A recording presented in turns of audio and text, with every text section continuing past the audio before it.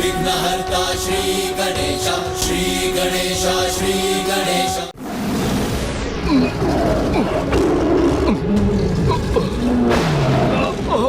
कदाचित अब प्रभु शरभ से लंकेश की रक्षा संभव नहीं।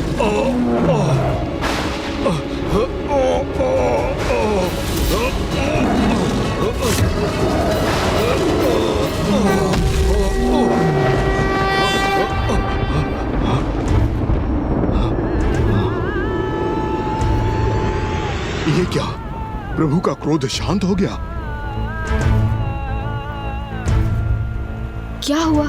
प्रभु के अचानक इस प्रकार रुकने का क्या कारण है?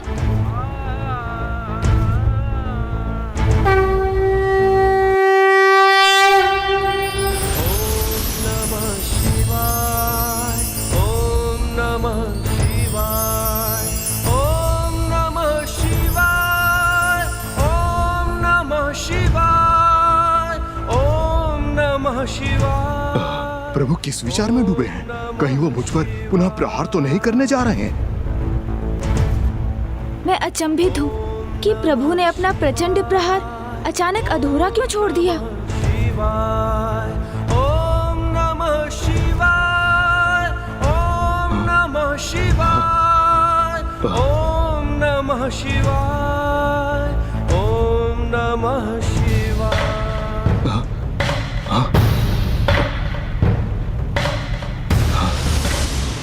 लंकेश रावण, अपने भाग्य को धन्यवाद दो कि तुम नर्मदा नदी के उसी तट पर मेरे सम्मुख आए हो, अन्यथा आज मेरे द्वारा तुम्हारी मृत्यु निश्चित थी।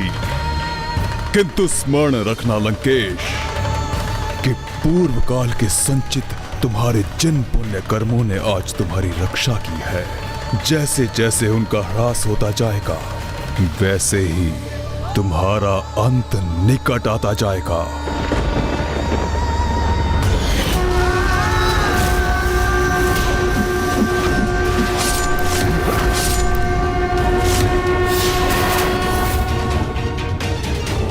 लंकेश जल, लंकेश जल, लंकेश जल। लंकेश आप अचानक चौंक क्यों गए? ये तो मात्र मैं ही हूँ, गणेश। आप जल ग्रहण करेंगे?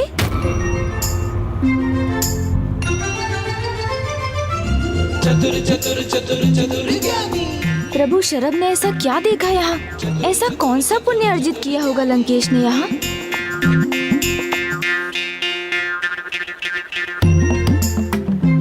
क्या हुआ गौरी पुत्र? ऐसे चारों ओर क्यों देख रहे हैं आप? नहीं लंकेश, मैं तो मात्र ये ज्ञात करने के लिए अत्यंत उत्सुक हूँ कि प्रभु शरभ ने ऐसा क्या देखा यहाँ। वो आपके किस पुण्य का उल्लेख कर रहे थे और यहाँ के कण कण से प्रभु का शिव मंत्र कैसे उत्पन्न हो रहा है? चतुर गणेशा। मेरी जिज्ञासा शांत कीजिए ना लंकेश। गौरी पुत्र, आपकी ये जिज्ञासा तो माँ नर्मदा नदी के तल में जाके ही शांत होगी। आप जो वहाँ पाएंगे वो देखकर आप चकित व आनंदित अवश्य हो जाएंगे। कहीं ऐसा तो नहीं कि लंकेश इतने भयभीत हो गए हैं कि अब मेरा उनके निकट रहना भी उन्हें स्वीकार नहीं, इसीलिए मुझे यहाँ से दूर भेज रहे हैं। गौरी पुत्र, अब आप किस विचार में डूब गए? माँ नर्मदा नदी के जल में एक बार प्रवेश करके तो देखिए, आपको ये स्वयं ज्ञात हो जाएगा कि प्रभु शरभ किस कारण से मुझे अर्थात प्रभु महादेव शिव शंकर शंभू के महानतम भक्त को क्षति पहुंचाने से क्यों रुक गए।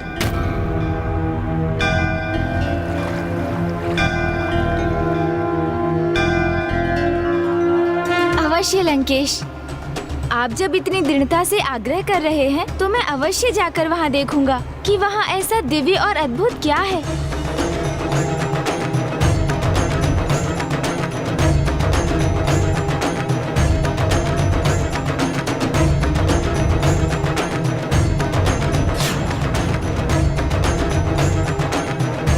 प्रणाम माँ नर्मदा।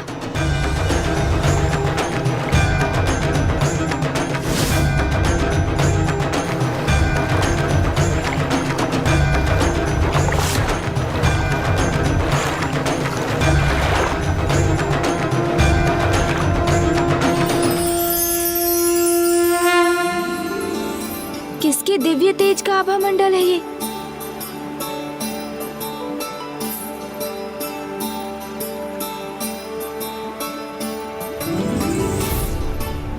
कितना अद्भुत दृश्य है ये।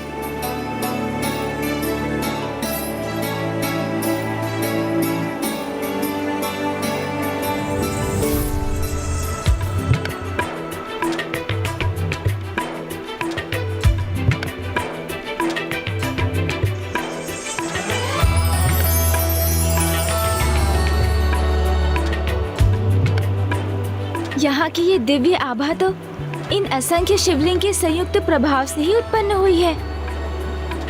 मैंने ऐसा अनूठा दृश्य तो कभी नहीं देखा। तो क्या इन सभी शिवलिंग को यहाँ पर लंकेश ने स्थापित किया है? ओम नमः शिवाय, ओम नमः शिवाय।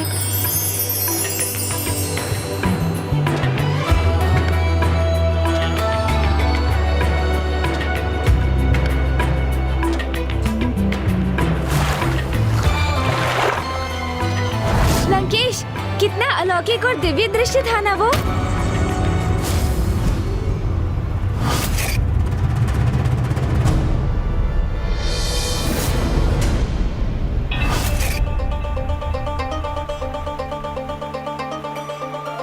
लंकेश, कहाँ गए आप?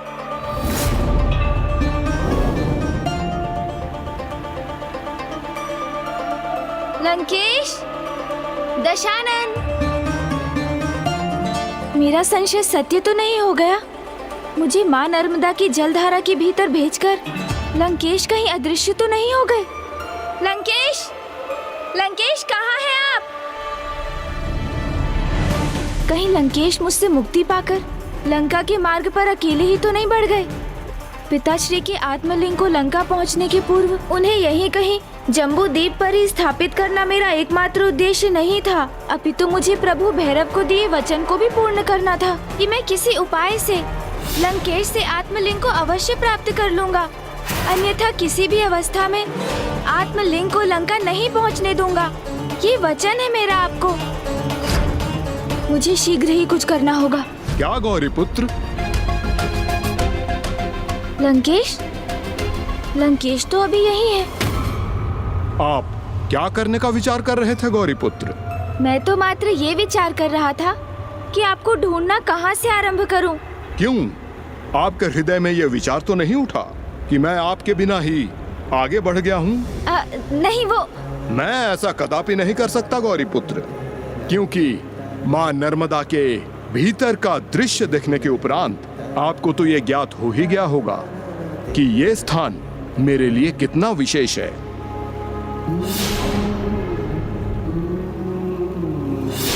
हाँ लंकेश, वो दृश्य तो सर्वथा अनूठा, दिव्य और आकर्षक था। असंख्य शिवलिंग और उनके दिव्य आभा मंडल के दर्शन का अनूठा सौभाग्य प्राप्त हुआ मुझे। किंतु माँ नर्मदा नदी के तल पे असंख्य शिवलिंग कैसे स्थित हुए, यही जानना चाहते हैं ना आप गौरी पुत्र? मेरे दशानन रावण की भक्ति के चमत्कार से, क्योंकि मैंने प्रभु शिव शंकर शंभू की उपासना करते हुए अनेकों वर्षों तक उनके मंत्र का असंख्य बार जाप किया, जिसके कारण उनके मंत्र की गूंज अभी भी है यहाँ।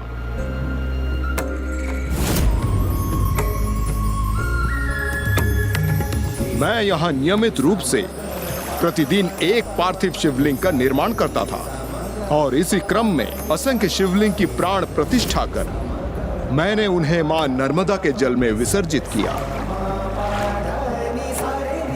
अर्थात लंकेश, इन असंख्य शिवलिंग की प्राण प्रतिष्ठा स्वयं आपके द्वारा ही हुई, इसलिए तो इन समस्त शिवलिंग का दिव्य तेज और उनका आभा मंडल अत्यंत दिव्य और मनमोहक है। इसी कारण कलयुग के समय काल में जब मनुष्यों में भक्ति और विश्वास की भावनाएं कम हो जाएंगी, तब केवल कुछ ही मनुष्यों को इस दिव्यता के दर्शन प्राप्त हो सकेंगे और अधिकतर मनुष्य उन्हें पहचानने में असमर्थ होकर उनको मात्र शिला ही मान बैठेंगे। लंकेश, इसलिए कलयुग काल में सभी मनुष्यों को सचेत रहना होगा।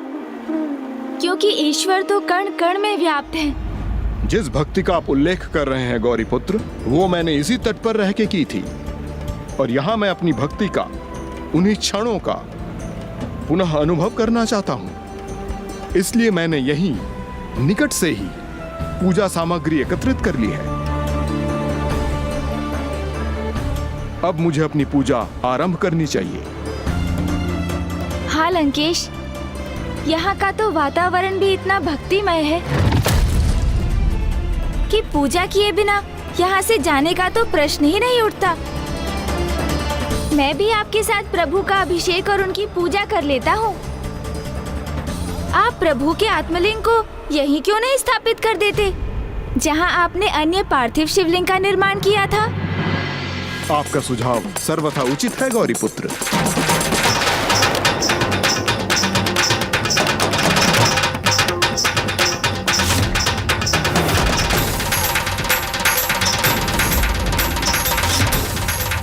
जैसे ही लंकेश पिताश्री के आत्मलिंग को यहाँ स्थापित करेंगे, वैसे ही वो यहीं मध्य जम्बू द्वीप में ही स्थापित हो जाएंगे।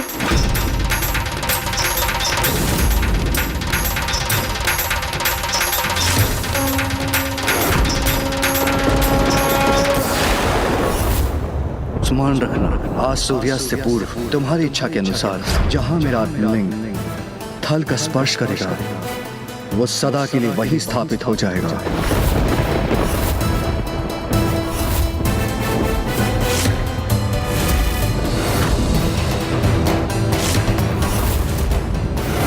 लंकेश को तो मेरी युक्ति का आभास हो गया है, अर्थात अब मुझे भी उनके क्रोध का सामना करना होगा।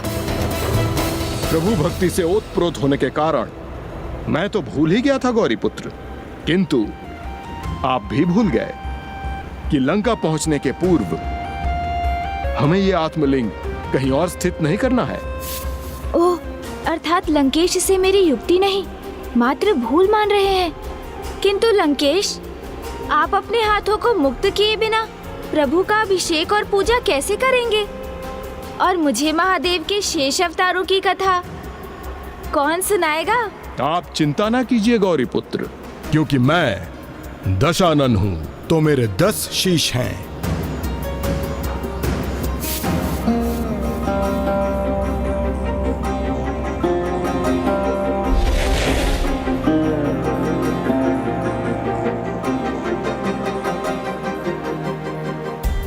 गौरी पुत्र, इस प्रकार दशानन रावण प्रभु शिव शंकर शंभू के आत्मलिंग को अपने हाथों में स्थित कर उनकी पूजा एवं अभिषेक संपन्न कर लेगा, और मेरा एक शीश आपको शिव अवतारों की अगली कथा भी सुनाता रहेगा।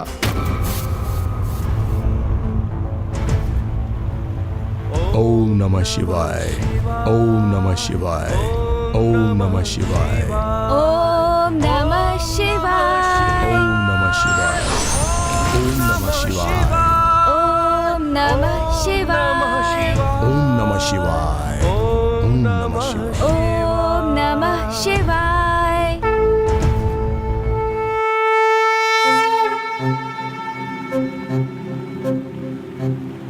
गौरी पुत्र, भक्ति सत्य हो तो भक्त को ईश्वर अवश्य प्राप्त होते हैं। उसी प्रकार यदि प्रेम सत्य हो तो प्रेम करने वालों को उसके प्रेम के पात्र का सानिध्य भी प्राप्त हो जाता है, और इसका साक्षात उदाहरण तो स्वयं महादेव ने प्रस्तुत किया था। स्वयं महादेव ने? प्रभु महादेव ने हमें सिखाया कि जो निष्ठा एवं संपूर्णता से समर्पित हो सकेगा, तभी वो भी उसके प्रेम का पात्र बन सकेगा, और प्रेम के संबंध तो तभी अपनी पूर्णता में स्थापित होता है जब वो पूर्ण निष्ठा, विश्वास और निस्वार्थ भाव से किया जाए। लंकेश, आप प्रभु के किस अवतार की कथा सुना रहे हैं? प्रभु शिव शंकर शंभू के ब्रह्मचारी अवतार की कथा।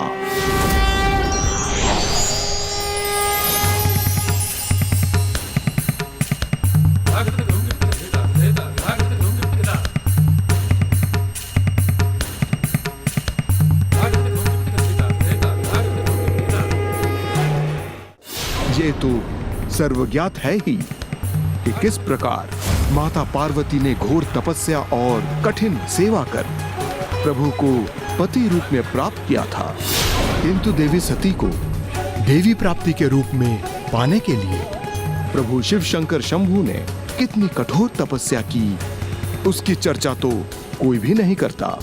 माँ की तपस्या का तो ज्ञात था मुझे, किंतु माँ को प्राप्त करने के लिए पिताश्री ने भी तपस्या की थी। उनकी तपस्या तो देवी सती के आत्मदाह से ही आरंभ हो गई थी।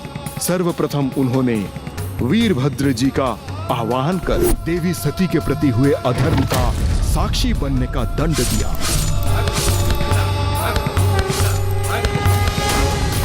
ये भी तो उनका तप ही था। फिर देवी सती के विरह की अपार वेदना को सहते हुए देवी सती की पार्थिव देह को अपने हाथों में लिए वो संपूर्ण सृष्टि में भटकते रहे।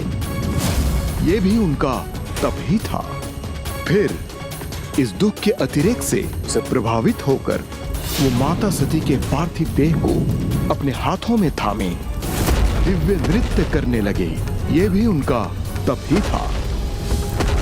और तब श्री हरिनारायण द्वारा माता की देह को 51 भागों में विभक्त करने के उपरांत प्रभु ने अपनी सुध-बुध खोकर वैरागी का रूप धारण किया और ब्रह्मांड की प्रत्येक दिशा में, प्रत्येक छोर में सृष्टि की देवी माता सती को ढूंढना आरंभ कर दिया।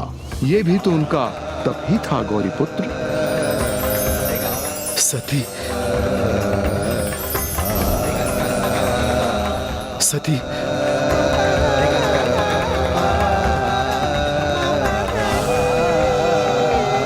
सती,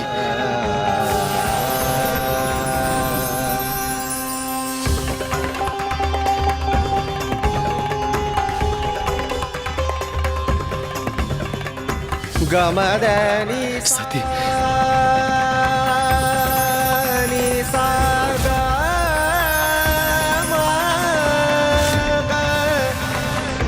गर साधनी सा गमदनी सा सती, सा सती, गर सती, साधनी सा। और इसी प्रकार सदियां बीत गई। भूमि, गगन, वायु, अनल एवं नीर, मेरे प्रभु प्रकृति के हर कण में देवी सती को ढूंढते रहे, किंतु न देवी सती उन्हें मिली, न ही मेरे प्रभु का क्षोभ लेश मात्र भी कम हुआ। जब किसी अपने की छवि मन में बसी हो तो हर तत्व में उसके होने का आभास होता है। मेरे प्रभु के साथ भी तब ऐसा ही हो रहा था।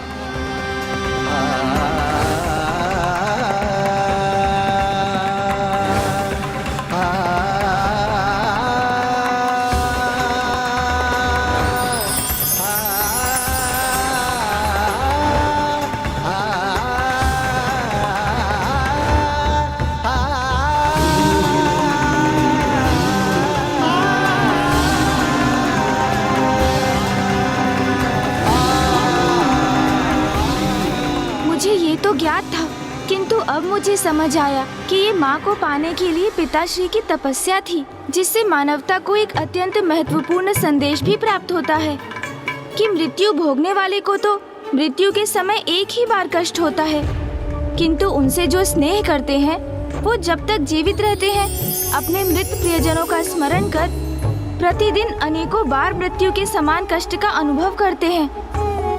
इसलिए स्वयं अपने प्राणों का अंत कर लेना किसी समस्या का समाधान नहीं होता।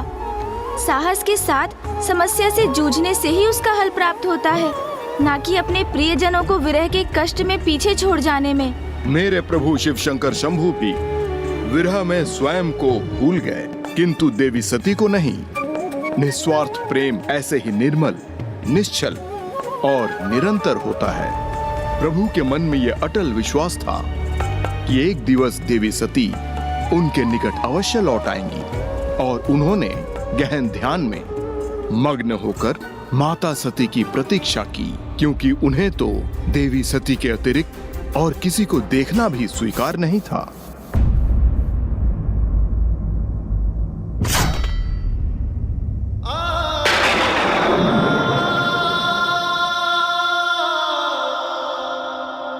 प्रभु, स्वामी, प्रभु, स्वामी। नाथ, मेरे पिता के यहाँ यज्ञ का आयोजन, हमें वहाँ जाना चाहिए। मैं आपकी पत्नी अवश्य हूँ, किंतु मैं अपने पिता की पुत्री भी, इसीलिए मैं वहाँ अवश्य जाऊँगी। मेरे पिता के यहाँ यज्ञ का आयोजन, हमें वहाँ जाना चाहिए, हमें वहाँ जाना चाहिए।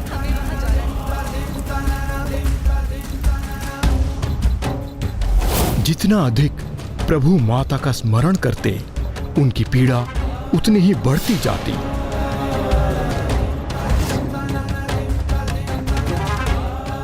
और फिर इसी प्रकार माता सती की छवि को अपने हृदय में रख अनेक वर्षों तक ध्यान में लीन रहे।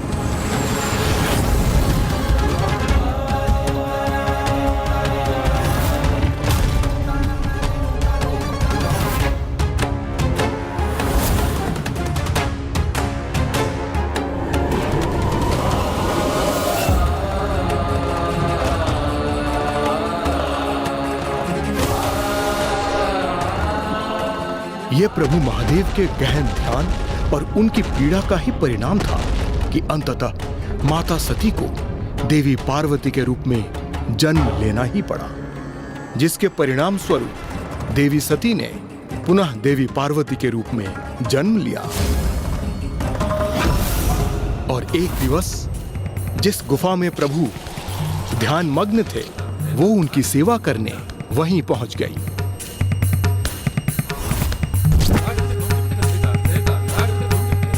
मुझे इस कथा का ये भाग भी ज्ञात है। माता ने पिताश्री की सेवा की, वो तो प्रभु के प्रति पूर्ण रूप से समर्पित थी, किंतु पिताश्री अपने वैरागी रूप में अपने निकट किसी की उपस्थिति से अनभिज्ञ थे। जब देवताओं ने कामदेव को भेजकर इस स्थिति में हस्तक्षेप करने का प्रयास किया, तो वो भी असफल हो गए।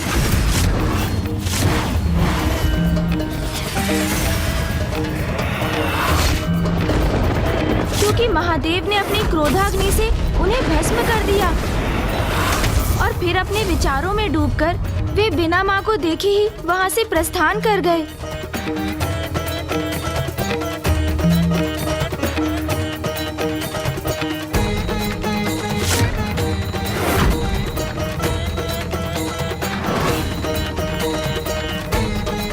किंतु मां फिर भी निराश नहीं हुई। जब उन्हें ज्ञात हुआ कि पिताश्री उन्हें कठोर तपस्या के उपरांत ही प्राप्त होंगे, तो उन्होंने अपनी तपस्या आरंभ कर दी। ओम नमः शिवाय, ओम नमः शिवाय, ओम नमः शिवाय। आप भी मात्र अपनी माता की तपस्या का ही उल्लेख कर रहे हैं गौरी पुत्र। आप भूल रहे हैं कि प्रभु ने भी तो तपस्या की और साथ ही साथ सहस्त्रों वर्षों तक देवी सती को स्मरण करते हुए एकाकीपन की पीड़ा को भी सहा।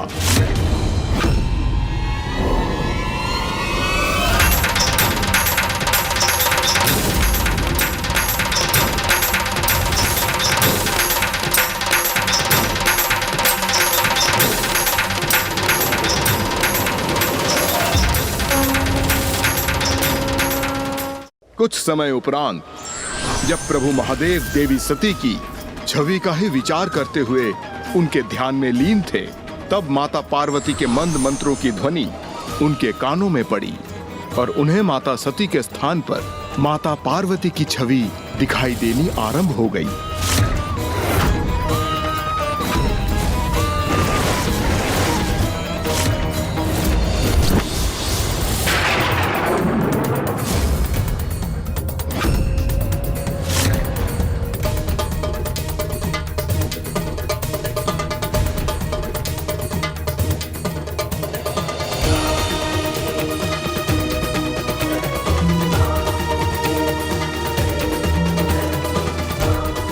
अंततः आप आ गए प्रिय।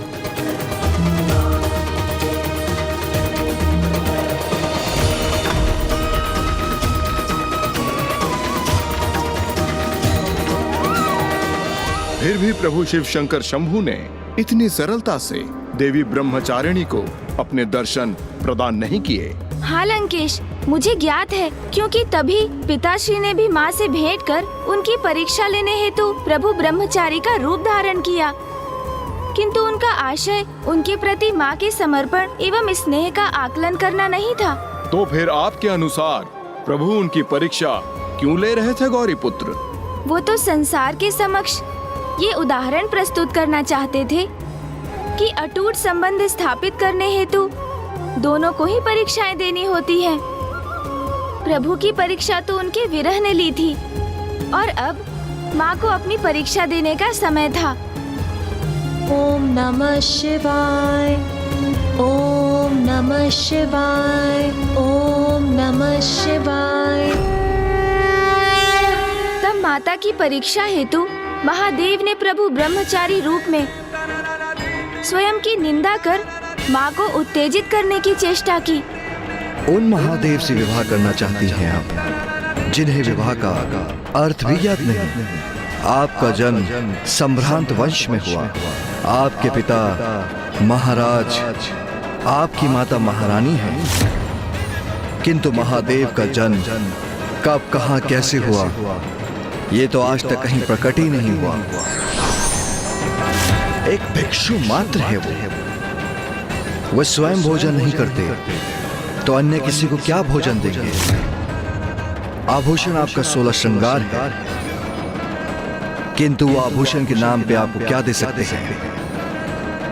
अपने कंठ का सर्प आपकी मांग सिंदूर के स्थान पर भस्म से सुशोभित करेंगे और राजभवन के स्थान पर आपको कठोर शिलाओं और गुफा वाले कैलाश पर भी रखेंगे।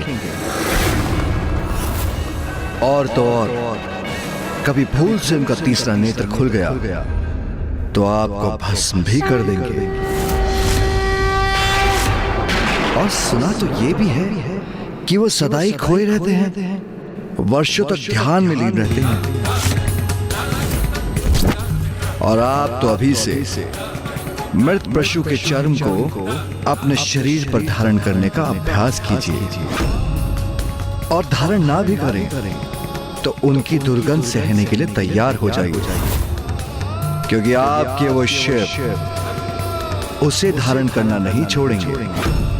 महादेव के नाम का जाप कर इतनी कठोर तपस्या कर किस अवस्था में पहुंच गई हैं आप? जिन महादेव के विवाह के पूर्व ही आपकी ये दशा कर दी, वो विवाह के उपरांत आपको क्या सुख देंगे? आपको क्या सुख देंगे? आपको क्या सुख देंगे?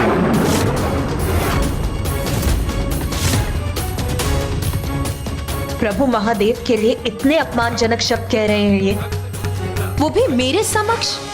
इतना दुस्साहस इनका। और महादेव से विवाह के उपरांत आपको शिलाओं पर रहना होगा। और महादेव का वाहन क्या है? वो वृद्ध बैल। आपका और उनका कोई मेल नहीं। बस बस।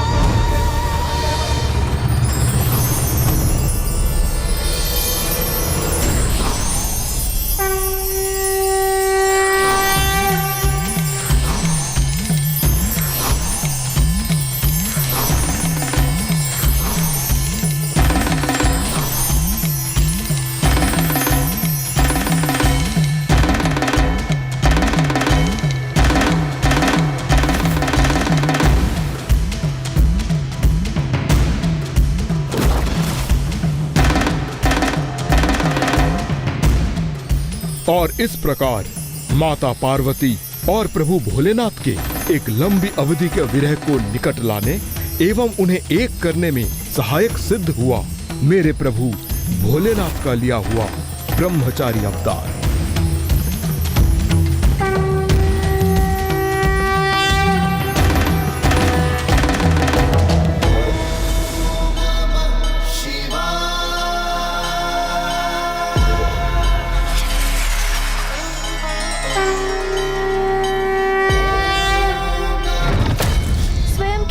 बचाने के लिए एक मनुष्य जितनी ऊर्जा लगाता है, यदि वैसी ही ऊर्जा ईश्वर प्राप्ति के लिए भी लगाई जाए तो प्रभु भी अवश्य ही मिलेंगे।